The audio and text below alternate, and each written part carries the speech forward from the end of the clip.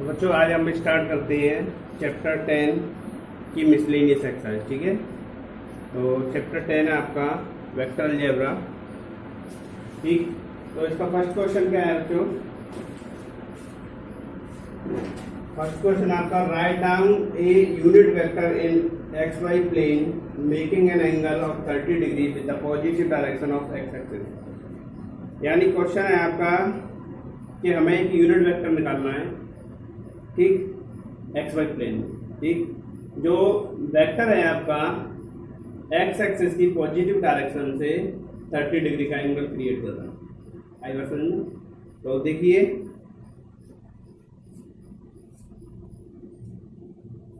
जैसे आपके ये एक्स, हाँ ये वाई और ये एक्स, एक्स वाई प्लेन है ये आपके। ठीक, ये आपका ओरिजिन ओ, और ये आपका कोई वेक्टर है पी। ठीक, और ये जो वेक्टर है जो ये आपका एक्स एक्सिस की पॉजिटिव डायरेक्शन। ठीक है, एक्स एक्सिस की पॉजिटिव डायरेक्शन तो कितने का एंगल बना रहा है? 30 डिग्री का। ठीक, कितने का एंगल बना रहा है? 30 डिग्री का। ये यहां से एक परपेंडिकुलर लाइन ड्रॉ की और एक इधर। ठीक, अगर ये हमारा वेक्टर है OP, एक वेक्टर OP, और ये एंगल 30 है। अगर हम इसके हॉरिजॉन्टल कंपोनेंट और वर्टिकल कंपोनेंट फाइंड करें तो क्या निकल के आएंगे? हॉरिजॉन्टल यानी क्षैतिज घटक क्या होगा? OP cos थीटा यानी cos 30, ये। ठीक है, और अगर हम इसे फाइंड करें वर्टिकल को ऊर्ध्वाधर, तो ये होगा बच्चों OP sin थीटा। ठीक, अगर इस तरीके से हम इसके कोऑर्डिनेट देखें, किसके? P के, तो क्या निकल के आएंगे? OP cos थीटा यानी cos 30, OP sin 30। ठीक है, आइए समझ में। अगर हम इनके वर्टिकल और हॉरिजॉन्टल कंपोनेंट्स फाइंड करते हैं इस एंगल के, तो ये आपका क्षैतिज घटक बोला जाता है, इसको हम क्या बोलते हैं? हॉरिजॉन्टल। ठीक है, कंपोनेंट्स। और ये आपका वर्टिकल, इसको ऊर्ध्वाधर घटक भी बोलते हैं। ठीक, अगर हम इसके कोऑर्डिनेट देखेंगे तो क्या निकलेंगे? OP cos theta, OP sin theta. इस तरीके से अगर हम वेक्टर OP की बात करें तो वेक्टर OP आपका क्या आएगा बच्चों? OP cos थीटा यानी cos 30 I cap plus OP sin theta यानी 30 J कैप। ठीक, अगर हम इनकी वैल्यू पुट करते हैं तो कितना आएगा? इसकी वैल्यू होती है √3/2 OP I कैप प्लस। ठीक, इसकी वैल्यू पुट करते हैं तो OP, इसकी वैल्यू आएगी तो 1/2 OP J कैप। ये आपका निकल के आया बच्चों वेक्टर OP। और हमसे क्वेश्चन में पूछा क्या गया है? पूछा गया है यूनिट वेक्टर। क्या पूछा गया है? Unit vector. यानी ये पूछना, write down the unit vector of in x Y plane. तो क्या पूछा गया? यूनिट वेक्टर यानी मात्रक सदिश पूछा गया है। तो हम क्या करेंगे? इसका कैप निकालेंगे, यानी OP cap is equal to क्या होगा? Vector OP upon magnitude of vector OP। आई बात समझ में? यहाँ तक क्लियर है? किसी को कोई प्रॉब्लम तो नहीं है? तो चलिए अब हम इसका मॉडुलस भी फाइंड कर लेते हैं। वेक्टर OP का मॉडुलस क्या आएगा? वेक्टर OP का अगर मॉडुलस देखें तो बच्चों क्या आएगा?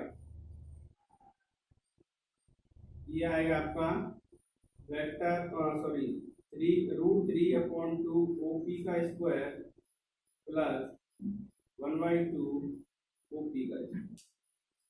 क्लियर है यहाँ तक? तो ये आएगा 3/4 OP square plus 1/4 OP square. LCM लेंगे बच्चों 4, 3 OP square plus OP square.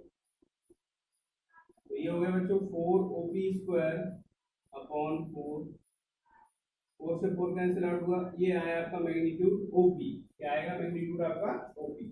अब ये वैल्यू यहाँ पर करते हैं तो OP cap is equal to √3/2 OPI cap plus 1/2 OPJ cap upon OP। अगर OP से डिवाइड देंगे तो बच्चों क्या आएगा √3/2 I cap plus 1/2 J cap. यानी ये आपका यूनिट वेक्टर आ गया इन XY वैल्यू। ठीक है, तो आंसर चेक कीजिए इसका। तो यही आपका राइट आंसर है। ठीक है, तो नोट कीजिए। अब बच्चों क्वेश्चन नंबर 2 देखिए।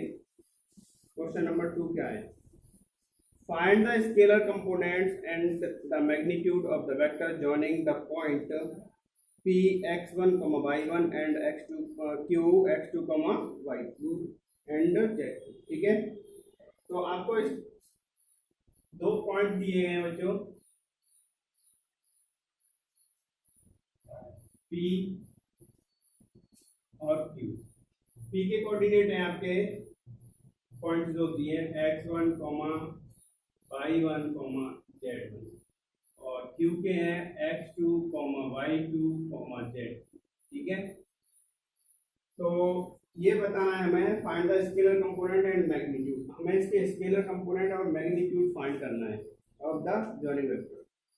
तो पहले हमें इसका वेक्टर फाइंड करना पड़ेगा। क्या फाइंड करने का पड़ेगा? वेक्टर। वेक्टर फाइंड करने के बाद में ही तो हम इसके स्केलर कंपोनेंट और मैग्नीट्यूड फाइंड कर सकते हैं। ठीक है, तो पहले हम इसका वेक्टर फाइंड करेंगे। तो vector PQ, vector PQ is equal to, बताया आपको क्या आएगा, x2 minus x1 I cap plus y2 minus y1 j cap और z2 minus z1 j cap. ठीक है, आएगा समझ में? तो ये हमारा वेक्टर निकल आया है। वेक्टर बताया था कि सेकंड वाले में से फर्स्ट को माइनस कर देते हैं, निकल के आते हैं। अब इसके स्केलर कंपोनेंट पूछ रहा है बच्चों। क्या पूछ रहा है? Scalar component. अगर स्केलर कंपोनेंट्स की बात करें यानी आपके अदिश घटक। क्या? अदिश घटक। तो स्केलर कंपोनेंट्स क्या होंगे इसके?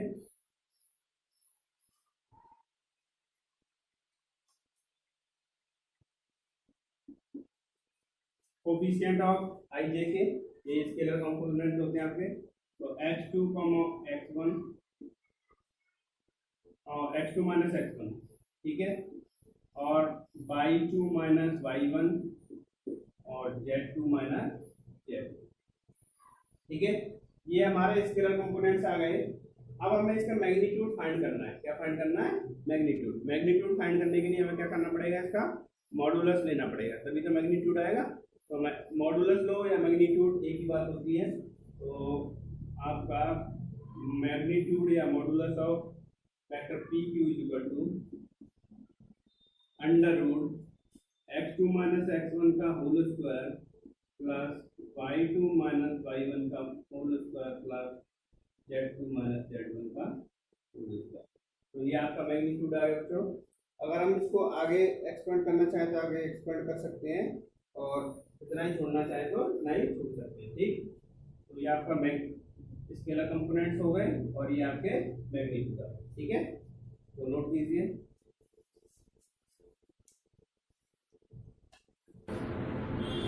क्वेश्चन नंबर 3 देखिए बच्चों। A girl walks 4 kilometers towards west, then she walks 3 kilometers in direction 30 degrees east of north and stops. Determine the girl's displacement from the initial point of the departure. ठीक है, तो देखिए बच्चों, ये क्या question के अकॉर्डिंग क्या चीज है कि हमारी चार दिशाएं होती हैं। चार दिशाएं कौन कौन सी हैं? East, west, north, south. ठीक है। और एक लड़की यहाँ ओरिजिन से चलना स्टार्ट करती है यहाँ। ठीक है। और ये ईस्ट, वेस्ट, नॉर्थ, साउथ, ये चारों डायरेक्शन एक्स वाई प्लेन की तरह ट्रीट होती हैं। ये ध्यान रखना, एक्स वाई प्लेन की तरह ट्रीट होती हैं। ये दिमाग में ये रखना होता है। ठीक है। X Y plane. अगर वो लड़की इधर इस डायरेक्शन में जाएगी तो नेगेटिव डायरेक्शन में जा रही है, इधर जा रही है तो पॉजिटिव, इधर जा रही है तो नेगेटिव, इधर जा रही है तो पॉजिटिव। ठीक है। तो इस चीज़ का भी विशेष ध्यान रखना है आपको कि डायरेक्शन को भी देखना है और एक्स वाई प्लेन को भी अपने माइंड में रखना है। क्लियर है? आई बात समझो। तो ये देखते हैं हम, a girl walks 4 kilometre toward west, यानी एक लड़की पश्चिम की तरफ 4 किलोमीटर जाती है। आ जाती है 4 किलोमीटर पश्चिम की तरफ।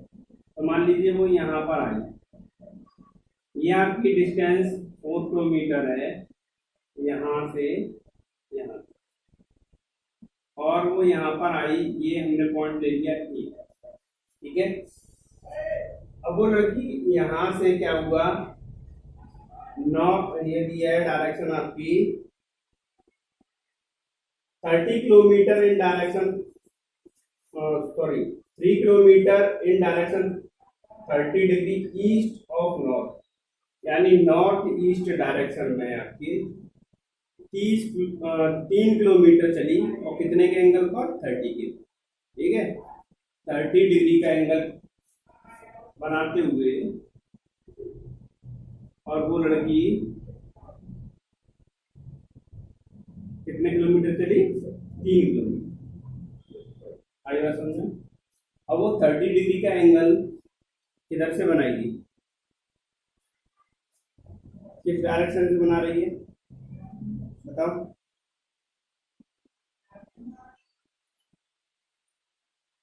समझ में आ रहा है कि नहीं आ रहा है?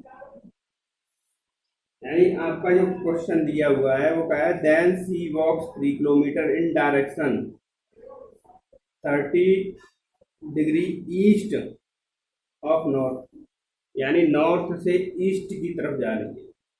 जो एंगल बनना है आपका, नॉर्थ से क्या बनना है? ईस्ट की तरफ, यानी ये आपका पूर्व, पश्चिम, उत्तर, दक्षिण। तो उत्तर दिशा से इधर पूर्व दिशा की तरफ बना रही है। तो ये मान लीजिए अगर ये यहाँ पर हम ये द्वारा से देखें, लाइन ड्रॉ की जाए, तो ये हमारी उत्तर दिशा होगी बच्चों, और ये आपकी पश्चिम दिशा होगी, इधर पूर्व दिशा होगी। ठीक है। ये आपकी पूर्व दिशा होगी। तो वो जो लड़की है वो क्या कर रही है, यानी आपकी उत्तर दिशा, नॉर्थ से पूर्व की तरफ 30 डिग्री का एंगल बना रही है, यानी ये आपका 30 डिग्री का एंगल क्रिएट कर रही है। समझ में आई? चलिए, कितने का? 30 डिग्री का। ठीक है।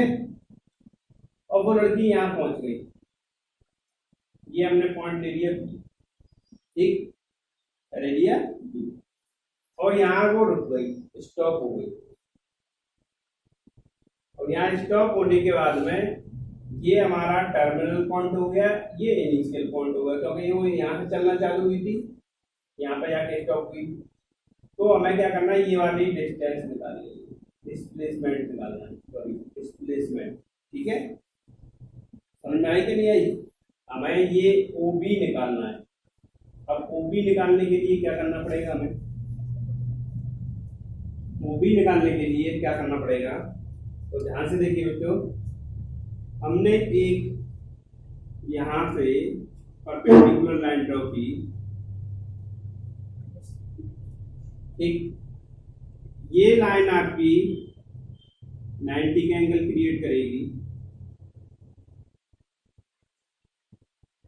और ये जो लाइन है आपकी इस एक्स एक्सिस से 60 का डिग्री, 60 एंगल का डिग्री बनाएगी। ठीक है। अब बात आती है बच्चों कि जैसे अगर हमें इसके कोऑर्डिनेट यानी इसके पॉइंट मालूम पड़ जाए तो हम ये इनिशियल टर्मिनल पॉइंट को इजीली फाइंड कर सकते हैं कि नहीं कर सकते हैं। यानी जो आपका ओ बी वेक्टर है उसको इजीली फाइंड कर सकते हैं। बात दोबारा से समझिए, कहने का मतलब ये है कि अगर हमें इसके पॉइंट मिल जाए तो ये हमारा टर्मिनल पॉइंट है, ये इनिशियल पॉइंट है। जब हमें टर्मिनल और इनिशियल पॉइंट मिल जाते हैं तो हम उस वेक्टर को फाइंड कर सकते हैं ना। अभी सेकंड क्वेश्चन में किया था जो हमने। तो अब बात आती है कि हमें बी के कोऑर्डिनेट्स किस तरीके से मिले, यानी बी के पॉइंट किस तरीके से मिले। तो ध्यान से देखिए बच्चों कि ये आपकी यहाँ पर हमने नाम दिया सी और ये आपका 60 का एंगल है और ये आपकी डिस्टेंस कितनी है 3 किलोमीटर। कितनी है 3 किलोमीटर। बात समझ में आई कि नहीं है? आ गई? तो देखिए फिर क्या करना है हमें, इसके कोऑर्डिनेट फाइंड करने हैं। तो इसके कोऑर्डिनेट फाइंड करने के लिए हमें ये डिस्टेंस चाहिए, ये वाली और ये वाली डिस्टेंस चाहिए, क्योंकि आप इधर से मत लेना इस डिस्टेंस को, यानी इसके जो पॉइंट आएंगे आपके यहाँ ओरिजिन से तो मेजर किए जाएंगे, ओरिजिन से तो मेजर किए जाएंगे।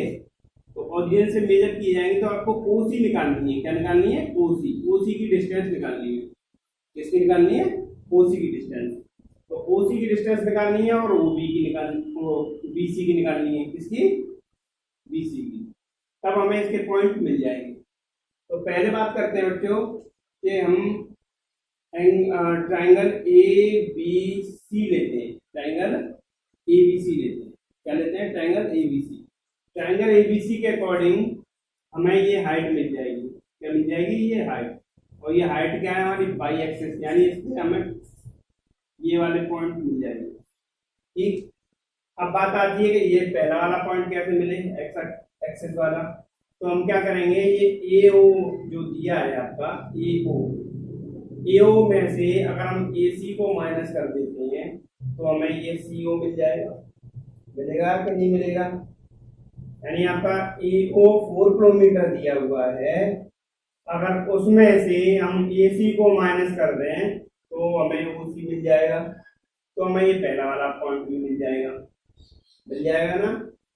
ठीक। तो हमें इनिशियल और टर्मिनल पॉइंट मिल गए। इनिशियल और टर्मिनल पॉइंट मिल गए, यानी टर्मिनल पॉइंट ये रहे और इनिशियल पॉइंट क्या होंगे आपके 0,0, क्योंकि ये ओरिजिन है, मूल बिंदु है। बात समझ में आई कि नहीं आई? ठीक। तो अब बात करते हैं हम इस ट्राइंगल की। ठीक। तो in triangle ABC, in triangle ABC. अब बच्चों हमें ये बीसी फाइंड करना है। तो आपको पता है कि साइन 60 इज इक्वल टू क्या हुआ? ऊंचाई बटे कर्ण, यानी लंब बटे कर्ण, परपेंडिकुलर अपॉन स्लाइट हाइट, यही होता है। तो BC अपॉन 3 किलोमीटर। ठीक है। तो ये बच्चों इसकी वैल्यू कितनी होती है? √3/2 BC। तो BC इज इक्वल टू आया आपका 3√3/2, यानी हमें यहाँ कोऑर्डिनेट मिलेंगे 3√3/2। ठीक है। अब बात आती है ये, यानी सीओ किस तरीके से मिले हमें। तो सीओ देखो बच्चों कैसे मिलेगा कि हमें पहले एसी फाइंड करना पड़ेगा। क्या फाइंड करना पड़ेगा? एसी। तो इसके लिए देखते हैं cos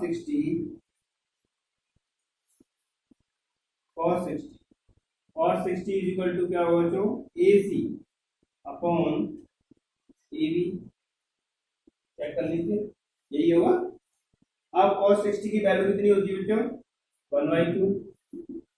AC हमें फाइंड करना है और आपका AB 3 किलोमीटर दिया हुआ है। AC is equal to 3/2 kilometre. अब बच्चों ध्यान से देखना, ये दोनों ही जो डिस्टेंस है आपकी नेगेटिव है। दोनों ही डिस्टेंस आप देख रहे हो। अगर हम इस देख रहे हैं आपका ओरिजिन है यानी मूल बिंदु है, तो मूल बिंदु से आपकी दोनों ये डिस्टेंस इस साइड में दोनों ही नेगेटिव है, तो हमें क्या है ओसी फाइंड करना है। तो ओसी फाइंड करने के लिए बच्चों क्या होगा, ओसी के लिए ए बी माइनस ए सी, यही होगा ना, बात समझ में आई कि नहीं आई? यानी हमें ये ओसी फाइंड करना है, सॉरी यहाँ पर ये आएगा ए ओ, ठीक है, ये ओसी फाइंड करना है। तो ए ओ में से हम ए सी माइनस करते हैं तो निकल आएगा आपका, देखिए ए ओ क्या लेंगे हम, नेगेटिव लेंगे, -4 माइनस ए सी को भी हम नेगेटिव लेंगे इस डायरेक्शन में, -3/2। तो जैसे हमने इसको सॉल्व किया बच्चों, तो क्या है आपका -5/2, यानी ओसी आपका 5/2 आएगा, -5/2, ठीक है। अब बात करते हैं कि जो उसने पूछा है कि इनिशियल और टर्मिनल पॉइंट के बीच में डिस्प्लेसमेंट, और डिस्प्लेसमेंट क्या है वो वेक्टर, डिस्प्लेसमेंट वेक्टर निकालना है अभी हम, क्या निकालना है, डिस्प्लेसमेंट वेक्टर। डिस्प्लेसमेंट वेक्टर क्या है हमारा, displacement vector, vector O B, क्या होगा हमारा वेक्टर ओ बी, यानी डिस्प्लेसमेंट वेक्टर जो है आपका विस्थापन सदिश, वो क्या है आपका vector O B. Vector O B क्या निकालेंगे हम, terminal point minus initial point, और आई जे के बताई थी आपको किस तरीके से लगाना है, बताया था ना वो। तो क्या होता है, यानी x2 minus x1 i cap plus y2 minus y1 j cap, क्योंकि ये एक्स वाई प्लेन है तो जे तक ही लेंगे। तो ये आएगा बच्चों आपका x2 माइनस x1, तो ये x2 है आपका, तो माइनस के 5/2 माइनस 0 आई कैप प्लस, और ये आपका y2 है 3√3/2 माइनस 0 जे कैप, तो ये आएगा माइनस के 5/2 आई कैप प्लस 3√3/2 जे कैप। तो ये बच्चों आपका निकल के आया डिस्प्लेसमेंट वेक्टर, ठीक है। और अगर आपसे डिस्प्लेसमेंट पूछता, क्या पूछता है, डिस्प्लेसमेंट यानी विस्थापन पूछता, तो क्या निकाल देते हैं हम, इसका मैग्नीट्यूड फाइंड कर देते हैं, यानी O B, magnitude of O B is equal to -5/2 का स्क्वायर प्लस 3√3/2 का स्क्वायर। क्लियर है यहाँ तक? तो ये हो गया बच्चों आपका 25/4 प्लस 27/4। अब हम इनको ऐड करेंगे तो ये बच्चों हो गए 52/4, तो ये हो गए 13√30 यूनिट, ठीक है।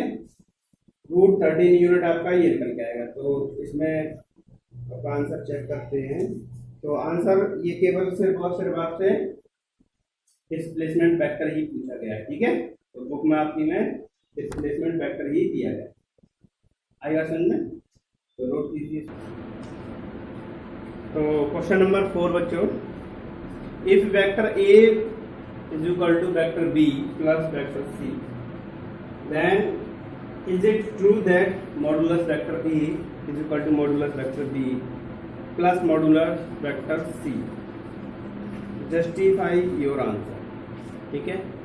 तो अब हमें ये एक चीज गिवन है बच्चों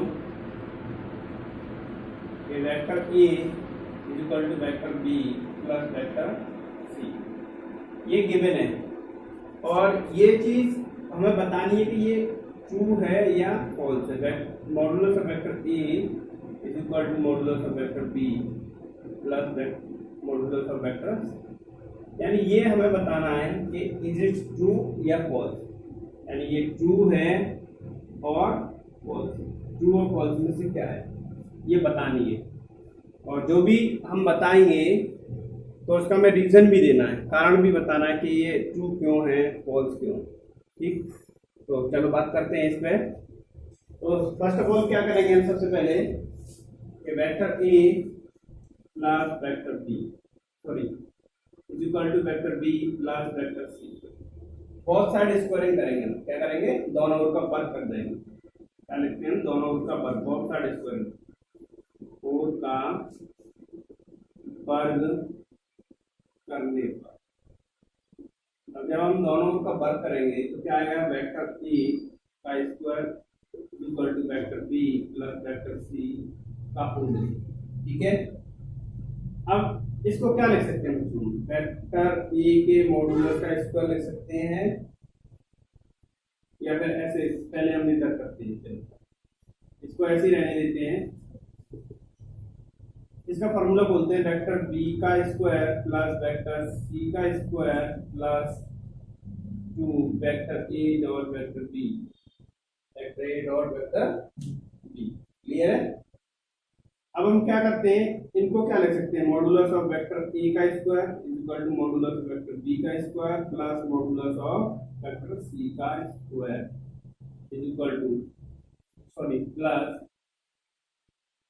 2 modulus of vector B into modulus of vector C cos theta.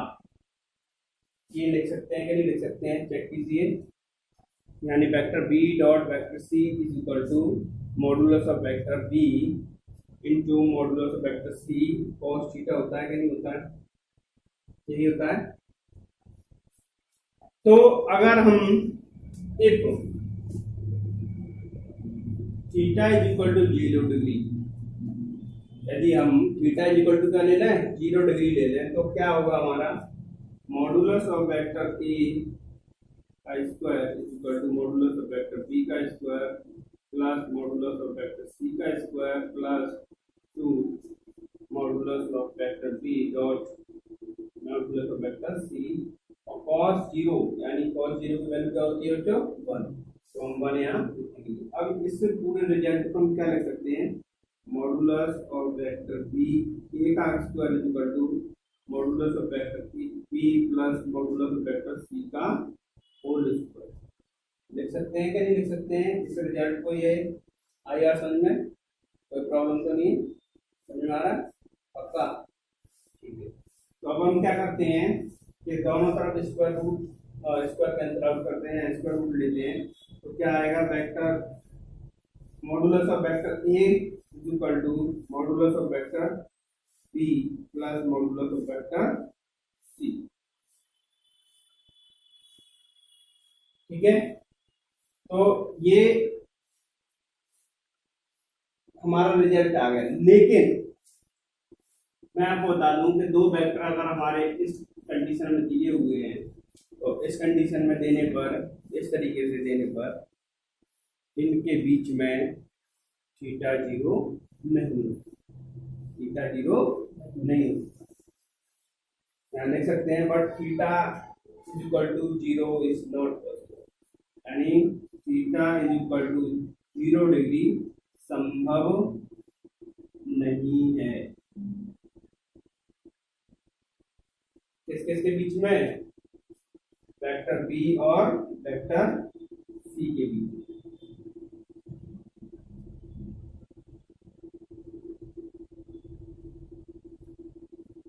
ठीक, थीटा आपका वेक्टर बी और वेक्टर सी के बीच में 0 संभव नहीं है, तो इसलिए ये हमारा रिजल्ट क्या होगा, फॉल्स होगा।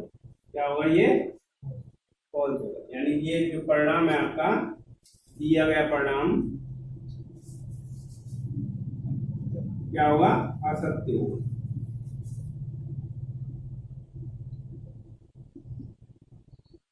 The given result is not true। ठीक, क्या कहेंगे, question number 5, find the value of x for which x i cap plus j cap plus k cap is a unit vector. यानी हमें x की value find करनी है जब हमारा एक वेक्टर दिया हुआ है, क्या है वो, x i cap plus j cap plus k cap is a unit vector, यानी एक वो मात्रक सदिश है। क्या है, मात्रक सदिश। मात्रक सदिश का मतलब ये होगा बच्चों कि अगर हम उसका मैग्नीट्यूड निकालेंगे तो क्या होगा, वो 1 होगा। कितना होगा, 1। मान लीजिए कि अगर वो आपका वेक्टर ए बी से रिप्रेजेंट हो रहा है, A B is equal to x i cap plus j cap plus k cap. ठीक है, it is a unit vector, it is a unit vector. Then क्या हुआ, magnitude of vector A is equal to 1। ठीक है, यही तो होगा। अब इसकी वैल्यूज दी है तो हम क्या करेंगे, इसका मैग्नीट्यूड फाइंड करने के लिए अगर हम इसको अंदर मल्टीप्लाई करते हैं एक्स का, तो x i cap plus x j cap plus x k cap, ठीक है। अब हम इसका मैग्नीट्यूड निकालते हैं, तो under root x square plus x square plus x square equal to 1, कितना आएगा बच्चों, बी एक्स स्क्वायर 1। अब इसमें से स्क्वायर रूट लेंगे तो कितना आएगा, root 3 x equal to 1, x equal to 1 upon root 3। तो एक्स की वैल्यू जो आई आपकी 1 बाई रूट 3। तो आपकी वैल्यू चेक करते हैं,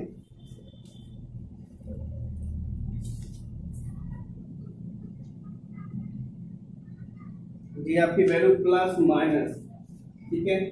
तो ये जरूरी तो नहीं है कि आपकी डायरेक्शन जो है पॉजिटिव वाली हो, नेगेटिव वाली भी हो सकती है, ठीक है। तो ये x की वैल्यू अगर मैग्नीट्यूड तो ऑलवेज पॉजिटिव लेते हैं ना, मैग्नीट्यूड तो हम ऑलवेज पॉजिटिव लेते हैं, जब हम स्क्वायर रूट लेते हैं तो प्लस माइनस दोनों साइन आते हैं कि नहीं आते। तो लेकिन हम मैग्नीट्यूड को क्या करते हैं, केवल पॉजिटिव कंसीडर करते हैं, पॉजिटिव लेते हैं। लेकिन जब स्क्वायर रूट लेते हैं तो दोनों साइन आते हैं प्लस और माइनस। तो हम क्या लगा देंगे यहाँ पर, अब प्लस और माइनस। या अगर इस तरीके से भी नहीं देखना है तो हम ऐसे भी कर सकते हैं, तो इसको बोथ साइड स्क्वायरिंग कर दीजिए, 3x स्क्वायर इक्वल टू 1, ठीक है। समझ में आई, एक्स स्क्वायर इक्वल टू 1/3। तो अगर हम स्क्वायर रूट का साइन हटाएंगे तो दूसरी तरफ हमें, सॉरी स्क्वायर का साइन हटाएंगे, स्क्वायर हटाएंगे तो क्या होगा, दूसरी तरफ हमें स्क्वायर रूट लेना पड़ेगा। और जब हम दूसरी तरफ स्क्वायर रूट लेते हैं तो क्या लेते हैं, वो प्लस और माइनस। तो प्लस माइनस 1/2, ठीक। तो ये नोट कीजिए बच्चों। क्वेश्चन नंबर 6 है बच्चों आपका, हमें एक इस तरीके का वेक्टर फाइंड करना है जिसका मैग्नीट्यूड क्या है, 5 है। कितना है, 5, और वो पैरेलल है एक वेक्टर ए और वेक्टर बी के रिजल्टेंट के, ठीक। रिजल्टेंट मतलब उनके सम के इक्वल। तो मान लीजिए वो वेक्टर आपका, वेक्टर ए जो दे रखा है, वेक्टर ए कितना दिया है आपका, 2i cap plus 3j cap minus a cap, और वेक्टर बी इक्वल टू दिया बच्चों, B cap, sorry i cap minus 2j cap, ठीक। तो हम क्या करते हैं कि पहले इनका रिजल्टेंट निकालते हैं, ठीक है। और जो रिजल्टेंट निकालेंगे वो इनके पैरेलल पे निकल के आएगा। यानी इनका रिजल्टेंट जब हम फाइंड करेंगे तो इनके पैरेलल वेक्टर फाइंड हो सकता है। पैरेलल का मतलब क्या होता है कि सेम डायरेक्शन होनी चाहिए। क्या होना चाहिए, सेम डायरेक्शन। मैग्नीट्यूड उनका कुछ भी हो सकता है, सेम भी हो सकता है, डिफरेंट भी हो सकता है। तो जब हम इनका सम निकाल लेंगे तो सेम डायरेक्शन होगी, क्या होगी, सेम डायरेक्शन होगी। तो वो इनके पैरेलल होगा, इनके रिजल्टेंट के। बात समझ में आई। तो रिजल्टेंट वहाँ सम को आपको बताया नहीं है कि समय, रिजल्टेंट लिख के दे दिया गया है। तो इसका मतलब ये है कि पैरेलल शब्द जो लिखा है, पैरेलल शब्द का मतलब ये होगा बच्चों के सेम डायरेक्शन। और सेम डायरेक्शन का मतलब ये होगा कि दोनों वेक्टर्स को हमें ऐड करना है। क्या करना है, ऐड करना है। तो हम सबसे पहले इनका रिजल्टेंट निकालेंगे तो वो हमारा पैरेलल वेक्टर निकल के आएगा। क्या निकल के आएगा, पैरेलल वेक्टर। और फिर हमें एक वेक्टर ऐसा निकालना है, ऐसा निकालना है कि जो इनके पैरेलल वेक्टर निकल के आ रहा है उसके तो पैरेलल ही हो, लेकिन उसका मैग्नीट्यूड कितना होना चाहिए, 5 होना चाहिए। कितना होना चाहिए, 5। तो हम क्या करेंगे कि पहले हम इनका रिजल्टेंट निकालेंगे, फिर हम उसका यूनिट वेक्टर निकालेंगे, और यूनिट वेक्टर निकालने के बाद हम 5 से मल्टीप्लाई करेंगे, तभी तो वो निकल के आएगा। आई बात समझे। उसने जो क्वेश्चन के अकॉर्डिंग कहा गया है, अगर हम देखें तो इन दोनों वेक्टर्स के पैरेलल एक वेक्टर लेना है, और उस वेक्टर के भी पैरेलल है वेक्टर, जो यूनिट वेक्टर निकालेंगे हम, और उसमें कितने का, 5 का मल्टीप्लाई कर देंगे। तो देखो किस तरीके से करना है।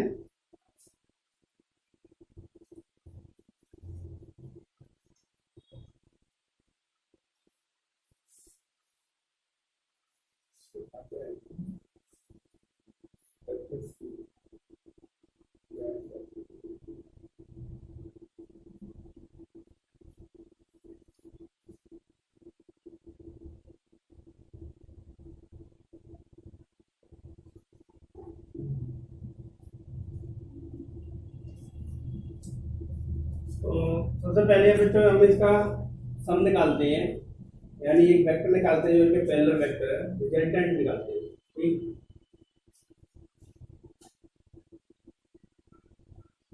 सम of vector a and b. ठीक, वो हमने सी माना, तो 2i plus 3j minus k plus i cap minus 2j cap plus k cap. ठीक, कितना हुआ बच्चों? 3i cap plus j cap. ठीक, अब हम इसका यूनिट वेक्टर निकालेंगे। क्या निकालेंगे? Unit vector.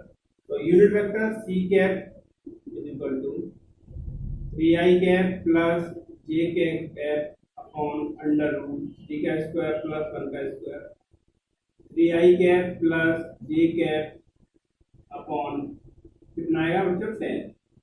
ठीक है, अब इसकी डायरेक्शन में हमें 5 यूनिट का एक वेक्टर निकालना है जो इसके पैरेलल हो। अब इसकी डायरेक्शन में निकालेंगे तो वो पैरेलल तो होगा ही। आई बात समझ में? क्या नहीं आई? ये जो आपका वेक्टर यूनिट वेक्टर है, इसकी डायरेक्शन में हमें एक वेक्टर फाइंड करना है और वो कितने यूनिट का होना चाहिए? 5 यूनिट का। ठीक है, तो माना vector D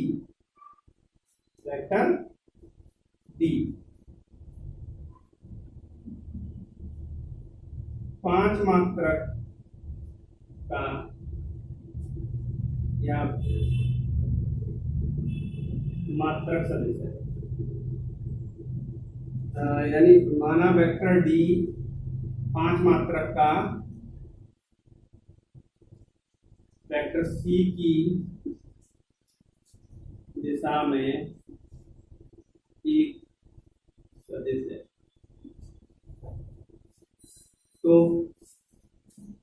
then vector b is equal to 5 into c cap. तो उसकी डायरेक्शन में निकालेंगे भाई, पहले यूनिट वेक्टर ही तो निकालना पड़ेगा। तो 5 into c कैप, तो ये हो गया 5 into 3i plus j upon root 10। 5 का अंदर मल्टीप्लाई कर दो, 15 upon root 10 i cap plus 5 upon root 10। तो ये आपका आंसर आया। तो यही आपका राइट आंसर है बच्चों, तो नोट कीजिए इसको।